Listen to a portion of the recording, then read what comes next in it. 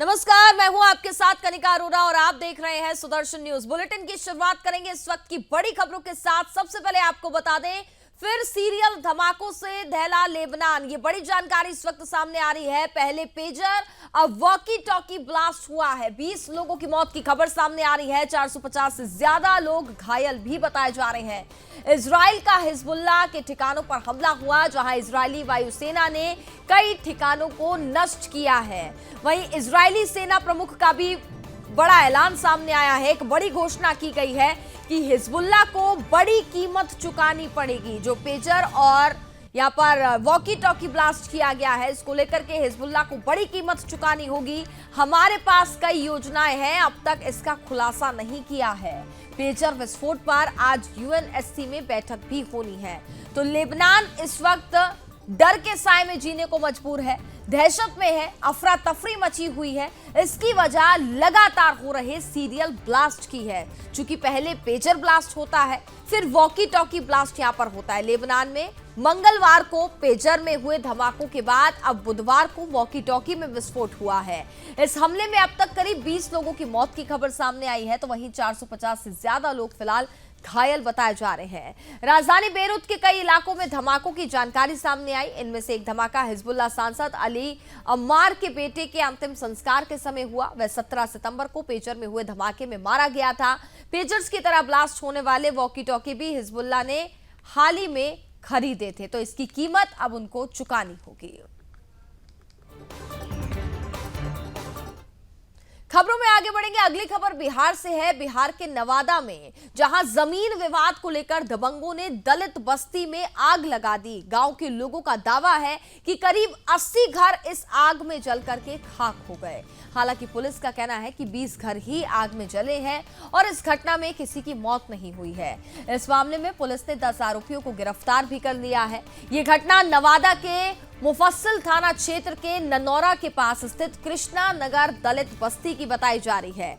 यहां दो पक्षों में जमीन को लेकर के विवाद चल रहा था, जिसको लेकर कल शाम दबंगों ने दलित परिवारों के साथ मारपीट की थी और फिर हवाई फायरिंग के बाद उनके घरों को आग के हवाले कर दिया। आग लगने की सूचना मिलते ही फायर ब्रिगेड की गाड़ियां और पुलिस मौके पर पहुंची, जिसके बाद हालात पर काबू पा लिया गया। साथ ही आपको ये भी बता दें कि इस पूरे मामले में पुलिस ने मुख्य आरोपी के साथ साथ 10 लोगों को गिरफ्तार कर लिया है और जब तक हालात सामान्य नहीं हो जाते तब तक पुलिस फोर्स क्षेत्र में तैनात रहेगी। तो बिहार के नवादा में ये दबंगों का तांडव देखने को मिला। हमारे साथ ज्यादा बातचीत करेंगे हमारे ब्यूरो चीफ अंजनी पांडे इस वक्त हमारे साथ जुड़ चुके हैं।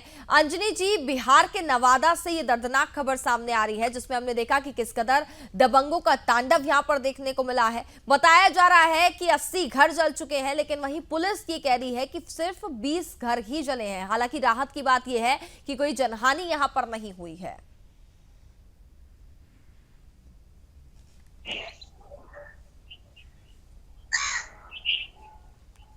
जी कनिका, देखिए बता दूं कि जिस तरीके से यह घटना हुई है, इस घटना के पहले भी एक बार और इन दोनों के बीच जो है वो आपसी झड़प हुई थी, जिसमें भी गोली चलने की बात आई थी और इस मामले को लेकर के एफआईआर भी दर्ज किया गया है। और जो जमीन विवाद का मामला है, यह मामला जो है वह फिलहाल कोर्ट में भी दर्ज किया गया है, कोर्ट में भी यह मामला चल गया है। लेकिन फिर पिछली रात जो है वो देखा जाए तो जिस तरीके से जी पिछली रात को करीब 9 बजे के आसपास जो है वो दबंगों ने इस तरह की घटना को जो है वो अंजाम दिया है और उसमें मुख्य अभियुक्त जो है वो उन्हें जो है वो फिलहाल गिरफ्तार कर लिया गया है। उनके साथ साथ 10 लोगों को भी गिरफ्तार किया गया है। मंटू पासवान और 10 लोगों को साथ में जो है वो गिरफ्तार किया गया है और पुलिस जो है इस पूरे मामले की जो छानबीन कर रही है। और जो मामला है वह उन जमीनों को लेकर के है जिस जमीन पर लगातार जो मंटू पासवान और जो सहयोगी है इनके, उन सब ने जो है वह दावा कर रखा है। और पिछले वर्ष भी इस तरह की घटनाएं हुई थी। पिछले वर्ष भी जो है वो आपसी विवाद हुआ था, जिसको लेकर के मामला कोर्ट में जो है वह भी चल रहा है अभी। और पुलिस जो आरोपी है या फिर जो पीड़ित है, उन परिवारों का कहना है कि इसके पहले भी जब मामला दर्ज किया गया था तो एफआईआर दर्ज की गई थी, लेकिन उसके बाद भी पुलिस जो है वह सतर्क नहीं हुई, सचेत नहीं हुई, जिसके परिणाम में आज इस तरह की घटना जो है वह देखने को मिल रही है। तो जिस तरीके से घटना हुई है, लगभग 25 से 30 घर जो है वह उन्हें जलाया गया है, चूंकि ये सभी घर जो है वह फूस के घर थे, जिसकी वजह से जो है वह सारा सामान के साथ साथ पूरी तरह से जो है उनका जो आशियाना है वह उजड़ चुका है। हालांकि पुलिस बल वहां मौजूद है, प्रशासनिक अधिकारी वहां पर मौजूद हैं और इसी बीच कार्रवाई करते हुए 10 लोगों को जो है गिरफ्तार किया गया है, जिसमें मुख्य आरोपी जो है वह मंटू पासवान है और इसके सहयोगी जो है उन्हें गिरफ्तार किया गया है।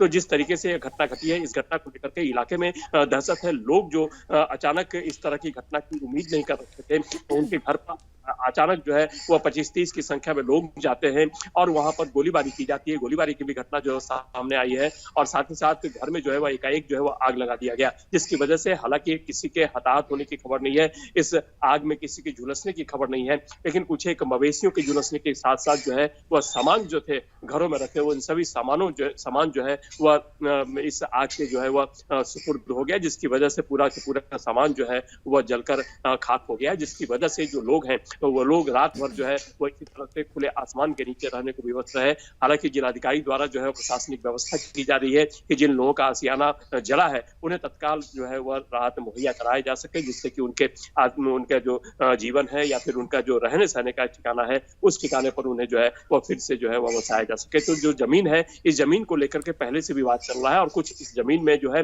वह सरकारी जमीन भी है। इस सरकारी जमीन पर इन लोगों ने जो है वह जो दलित समाज के लोग हैं, इन लोगों ने वहां पर अपनी बस्ती बना रखी थी, वहां पर अपनी झोपड़ियों को उन्होंने जो है वो डाल रखा था। उसके बाद दूसरा पक्ष जो है वह इस जमीन पर जो है लगातार अपना दावा जो है वह करता रहा है, जिसकी वजह से इस मामले को लेकर के कोर्ट में भी जो है वह मामला भी लंबित है। लेकिन इस बीच जो है इस तरह की घटना को जो है वह अंजाम दिया गया है, जिसमें चौहान परिवार के 3 लोग हैं और 7 लोग जो है वह मंटू पासवान के परिवार के साथ मंटू पासवान के सहयोगियों में हैं, जिन 10 लोगों को गिरफ्तार किया गया है। पुलिस इस पूरे मामले को देख रही है, साथ ही चूंकि मामला काफी गंभीर है। बिल्कुल, देखिए मामला काफी ज्यादा गंभीर है और देखना ये भी होगा। हालांकि 10 आरोपी यहाँ पर पुलिस की गिरफ्त में तो है, आगे कार्रवाई क्या की जाती है। फिलहाल अंजनी जी बहुत बहुत धन्यवाद आपका तमाम जानकारी हम तक पहुंचाने के लिए। वहीं बिहार से एक और बड़ी खबर सामने आ रही है, गया से इस वक्त की बड़ी खबर आपको बता दें, जेडीयू के पूर्व एमएलए के घर ताबड़तोड़ छापेमारी की जा रही है।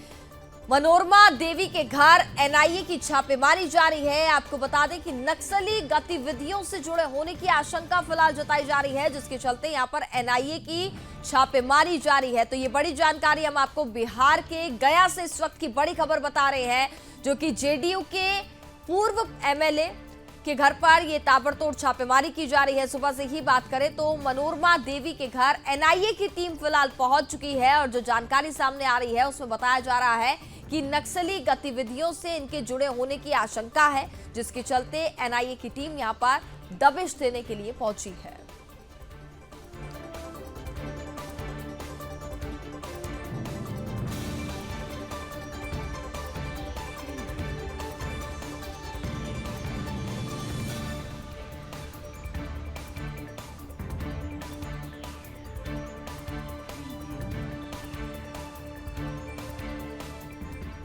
खबरों में आगे बढ़ेंगे। 2 दिवसीय अयोध्या दौरे पर राज्यपाल आनंदीबेन पटेल, ये बड़ी जानकारी आपको दे दें। 11 बजे आचार्य नरेंद्र देव कृषि विश्वविद्यालय पहुंचेंगी। राज्यपाल आनंदीबेन पटेल दीक्षांत समारोह में शिरकत करने वाली हैं। आपको बता दें कि मेधावियों को डिग्री, 27 मेधावियों को स्वर्ण पदक भी देंगी। 20 सितंबर को अवध विश्वविद्यालय के दीक्षांत समारोह में पहुंचेंगी और मेधावी छात्रों को राज्यपाल डिग्री और गोल्ड मेडल भी देने वाली है।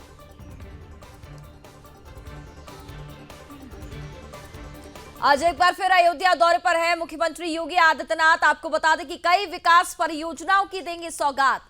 83 परियोजनाओं का लोकार्पण और शिलान्यास करेंगे। साथ ही आपको यह भी जानकारी दे दें, 1000 करोड़ से अधिक की परियोजनाओं का शिलान्यास करने वाले हैं।